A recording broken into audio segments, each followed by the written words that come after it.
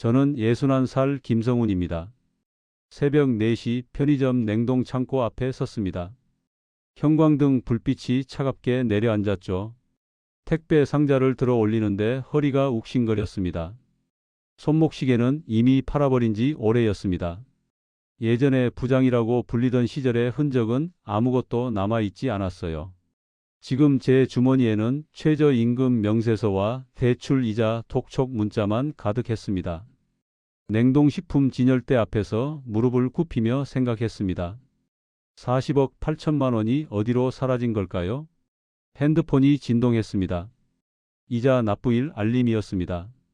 이제 어디서부터 잘못됐는지 말해보려 합니다. 저는 32해를 영업부장으로 살았습니다. 매일 아침 7시에 일어났어요. 면도하고 넥타이를 맸죠. 아내가 차려준 아침밥을 먹고 현관문을 열었습니다. 그게 제 삶이었습니다. 회사에서는 믿을 만한 사람이라고 불렸어요. 거래처 사장들이 제 이름을 기억했습니다. 후배들은 제 결제를 기다렸죠. 퇴근길 지하철에서 졸다가도 내릴 역에서는 눈이 떠졌습니다. 주말에는 아내와 마트에 갔어요.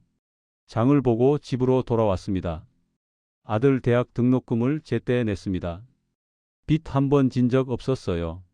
통장에 돈이 조금씩 쌓였습니다. 명절에는 고향에 내려갔죠. 어머니가 제 손을 잡으며 말씀하셨습니다. 성훈이는 참 성실하게 산다. 저는 그저 당연한 일을 했을 뿐이었습니다. 60살이 되던 해봄 퇴직금이 통장에 들어왔습니다.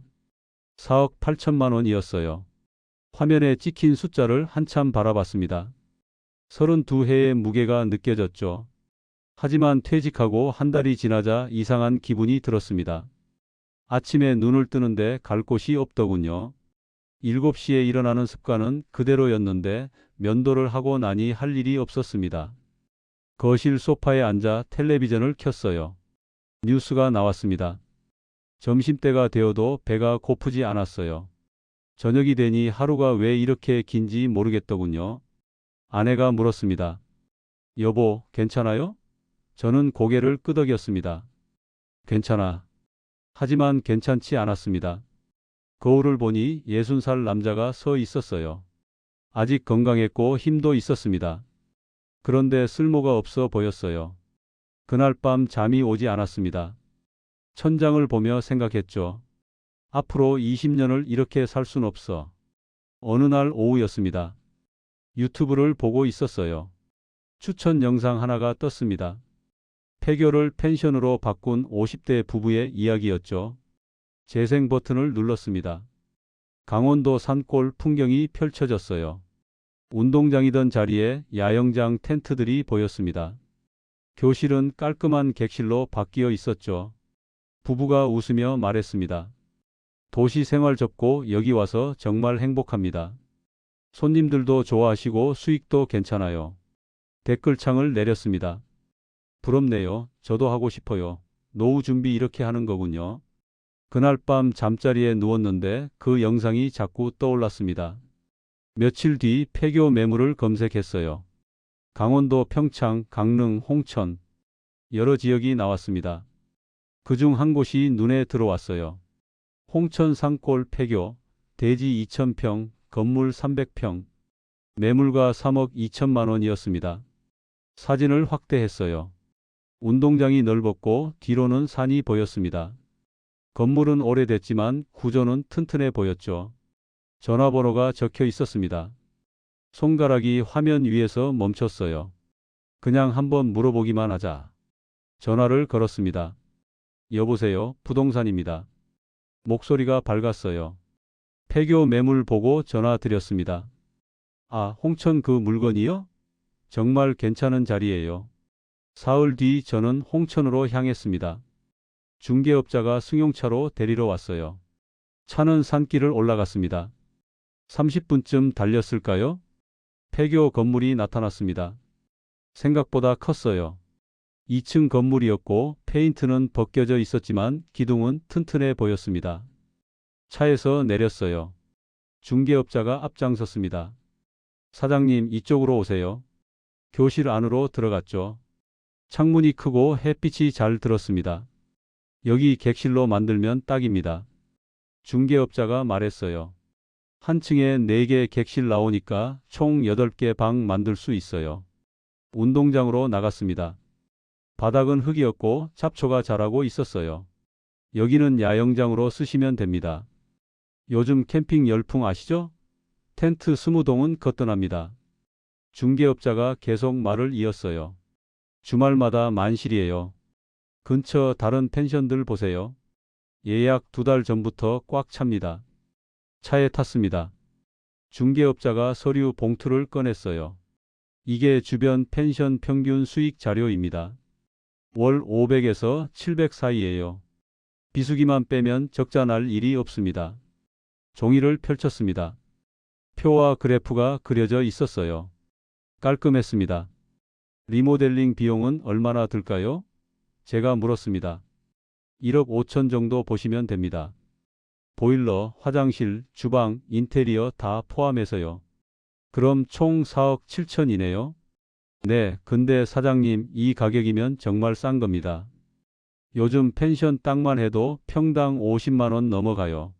차가 산을 내려갔습니다. 저는 창밖을 보며 계산했어요. 투자금 4억 7천, 월 수익 500, 1년이면 6천, 2년이면 본전이네. 집으로 돌아왔습니다. 아내에게 사진을 보여줬어요. 여보, 이거 어때? 아내가 화면을 들여다봤습니다. 폐교요? 펜션 하려고요. 펜션이요? 아내 목소리가 높아졌습니다. 저는 서류를 펼쳤어요. 여보, 이거 봐. 주변 펜션들 수익 자료야. 월 500은 기본이래. 아내가 고개를 저었습니다. 여보, 우리가 펜션을 뭘 알아요? 나도 모르지. 근데 배울 수 있잖아. 중개업자가 그러는데 요즘 기촌에서 펜션 하는 사람들 많대.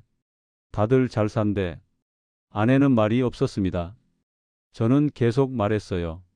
여보, 나 집에만 있으니까 미치겠어. 뭐라도 해야겠어. 이거 투자가 아니라 일자리를 사는 거야. 월급도 받고 일도 하고.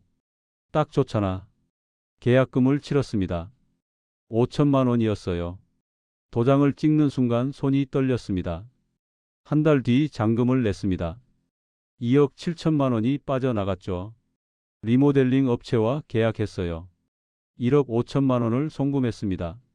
석 달이 걸렸습니다. 교실은 객실로 바뀌었어요. 침대가 들어가고 화장실이 새로 생겼습니다. 운동장에는 야영장 데크를 깔았죠. 개업일을 잡았습니다. 5월 첫째 주였어요. 예약 사이트에 펜션을 등록했습니다. 사진을 올리고 가격을 적었죠. 주말 20만 원, 평일 15만 원이었습니다. 컴퓨터 앞에 앉아 예약을 기다렸어요. 하루가 지났습니다. 예약이 하나 들어왔습니다. 이틀 뒤 하나 더 들어왔죠. 첫 주말이 다가왔습니다. 예약은 3팀뿐이었어요. 8개 객실 중 3개만 찬 겁니다. 이상했습니다. 중개업자는 주말마다 만실이라고 했거든요. 손님들이 도착했습니다. 체크인을 받았어요. 저녁이 됐습니다. 객실 불이 3개만 켜져 있었죠. 나머지 5개는 어둠 속에 있었습니다. 운동장, 야영장도 텅 비어 있었어요. 텐트 하나 없었습니다. 아내가 주방에서 나왔습니다. 여보, 손님이 이것밖에 안 와요? 아직 홍보가 덜 돼서 그래. 다음 주에는 더 올 거야. 하지만 다음 주도 마찬가지였습니다. 예약은 4팀이었어요. 그 다음 주는 2팀이었습니다. 한 달이 지났습니다. 매출을 계산했어요. 280만 원이었습니다. 예상했던 500만 원의 절반도 안 됐죠. 6월 초였습니다. 장마가 시작됐어요. 비가 사흘 동안 쏟아졌습니다. 새벽에 천장에서 물방울 떨어지는 소리가 들렸어요. 2층 객실로 올라갔습니다. 천장에 갈색 얼룩이 번지고 있었죠. 손을 대보니 축축했습니다. 지붕이 센 겁니다. 업체를 불렀어요. 기사가 올라가서 보더니 말했습니다. 기와 밑에 방수 처리가 안 돼 있네요. 전체를 다시 해야 합니다. 얼마나 나와요? 600만 원입니다. 손이 떨렸습니다. 일주일 뒤 또 비가 왔어요.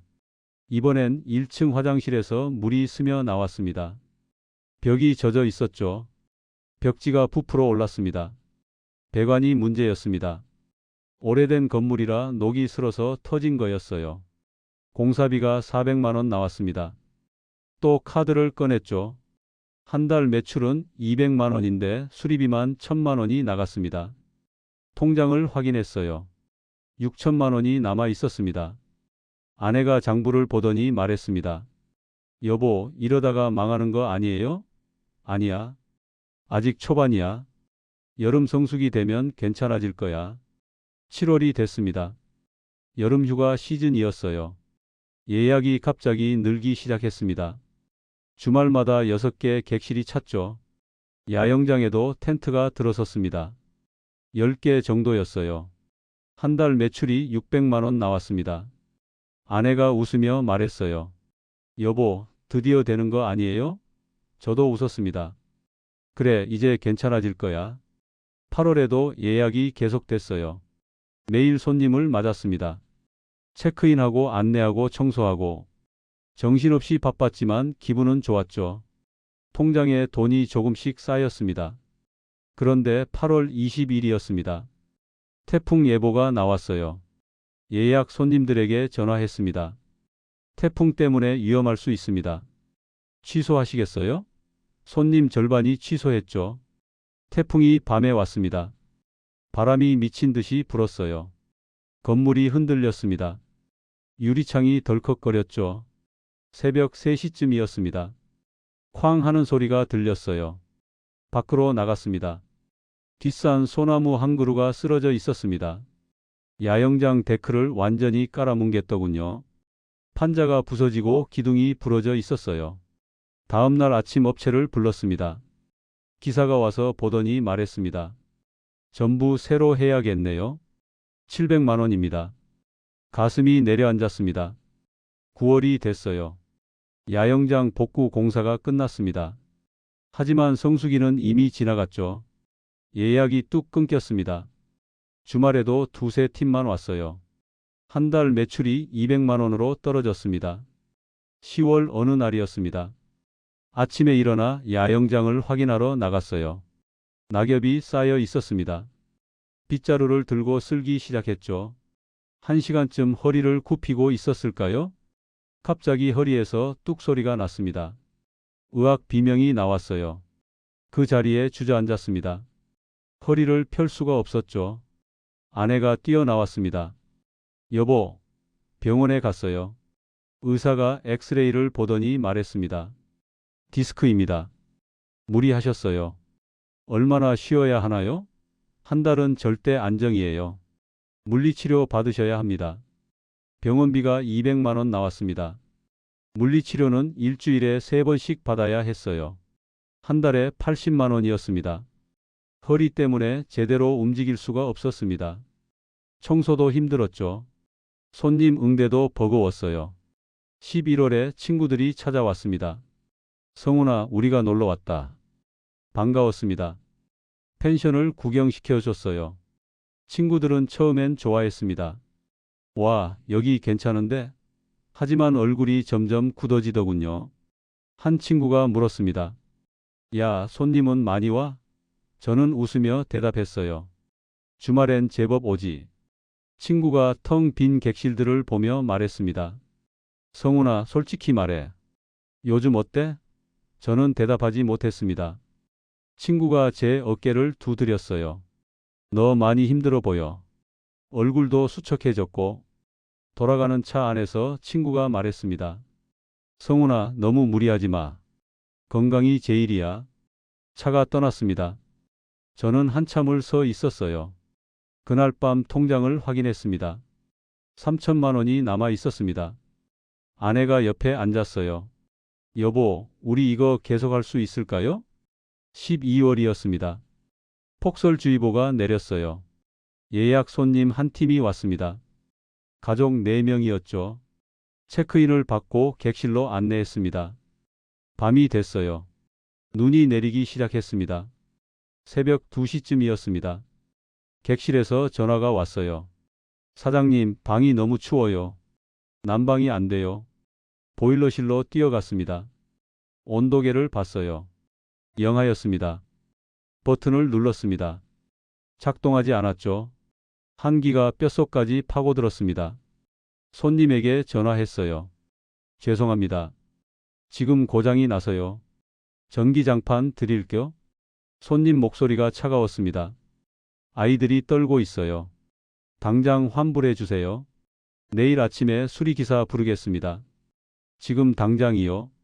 우리 나갑니다. 환불하세요. 40만 원을 돌려줬습니다.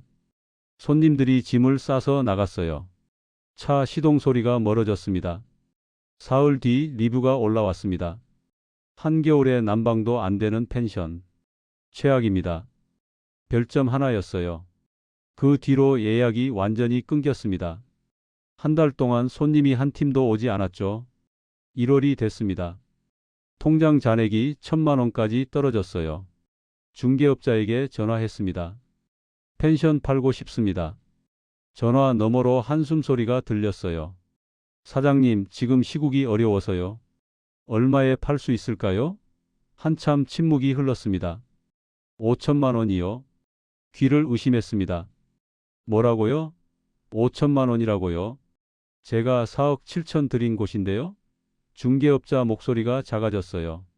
사장님, 요즘 펜션 아무도 안 삽니다. 폐교 펜션은 더더욱이요. 유지비만 드니까요. 전화를 끊었습니다. 손이 떨렸어요. 아들이 찾아왔습니다. 아빠, 이제 그만하세요. 아들 얼굴이 굳어 있었어요. 엄마 보세요. 완전히 늙으셨잖아요. 아내를 봤습니다. 머리가 하얘져 있었죠. 주름이 깊어졌습니다. 아들이 계속 말했어요. 아빠, 이거 고집 아니에요. 우리 다 망하는 거예요. 그날 밤 아내가 울었습니다. 소리 없이 눈물만 흘렀어요. 저는 아무 말도 할 수 없었습니다. 2월 초였습니다. 펜션 문을 닫았어요. 짐을 쌌습니다. 차에 실었죠. 건물을 마지막으로 돌아봤습니다. 텅 빈 객실들이 보였어요. 차 시동을 걸었습니다. 백미러에 폐교 건물이 작아졌습니다. 서울로 돌아왔습니다. 통장에는 800만 원이 남아 있었어요. 폐교는 그대로 뒀습니다. 팔리지도 않았고 팔 수도 없었죠. 재산세 고지서만 1년에 2번씩 날아왔습니다. 일자리를 알아봤어요. 이력서를 넣었습니다. 나이 때문에 떨어졌죠. 한 달이 지났습니다. 편의점 야간 알바 공고가 보였어요. 전화를 걸었습니다. 면접을 봤습니다. 합격했어요. 새벽 11시부터 아침 7시까지였습니다. 한 달에 170만 원이었죠. 첫 출근 날 유니폼을 입었습니다. 거울을 봤어요. 편의점 알바생이 서 있었습니다. 냉동 창고 문을 열었습니다. 찬 공기가 얼굴을 때렸어요. 택배 상자를 나르고 진열대를 정리했습니다. 허리가 아팠지만 참았죠. 새벽 4시쯤이면 취객이 들어왔습니다. 술 냄새를 맡으며 계산했어요. 손님이 나갔습니다. 바닥을 닦았습니다. 아침 7시가 되면 교대 직원이 왔어요. 수고하셨어요. 집으로 걸어갔습니다. 아내가 아침을 차려놨죠. 밥을 먹고 잤습니다. 오후 4시에 일어났어요. 저녁을 먹고 출근했습니다. 그게 제 하루였습니다. 3월 어느 날이었습니다. 은행 대출 상담 문자가 왔어요. 폐교 담보 대출건이었습니다. 1억 2천만 원이 남아 있었죠. 이자가 한 달에 60만 원씩 나갔습니다. 편의점 월급으로는 이자도 못 갚았어요. 통장 잔액이 조금씩 줄어들었습니다. 아들이 가끔 돈을 보내줬습니다. 50만 원씩이었어요. 받고 싶지 않았지만 거절할 수 없었죠. 지난주였습니다. 홍천에서 전화가 왔어요. 폐교 건물 지붕이 무너졌답니다. 아무도 관리 안 해서 그렇대요. 수리하실 거냐고 물었습니다. 전화를 끊었어요. 수리할 돈이 없었습니다. 어제 새벽이었습니다. 편의점 창밖을 봤어요. 차들이 지나갔습니다. 출근하는 사람들이었죠. 예전에 제 모습이 떠올랐습니다. 넥타이를 매고 서류 가방을 든 모습. 지금은 형광등 아래서 컵라면을 진열하고 있었어요. 4억 8천만 원이 이렇게 사라졌습니다. 로망이라는 이름으로 포장된 함정이었죠. 중개업자의 거짓말을 믿었던 제 잘못이었습니다. 무엇보다 아내를 힘들게 한 게 가장 후회됩니다. 여러분은 제 실수를 반복하지 마십시오. 숫자가 아무리 그럴싸해도 현실은 다릅니다. 로망으로 노후를 걸지 마십시오.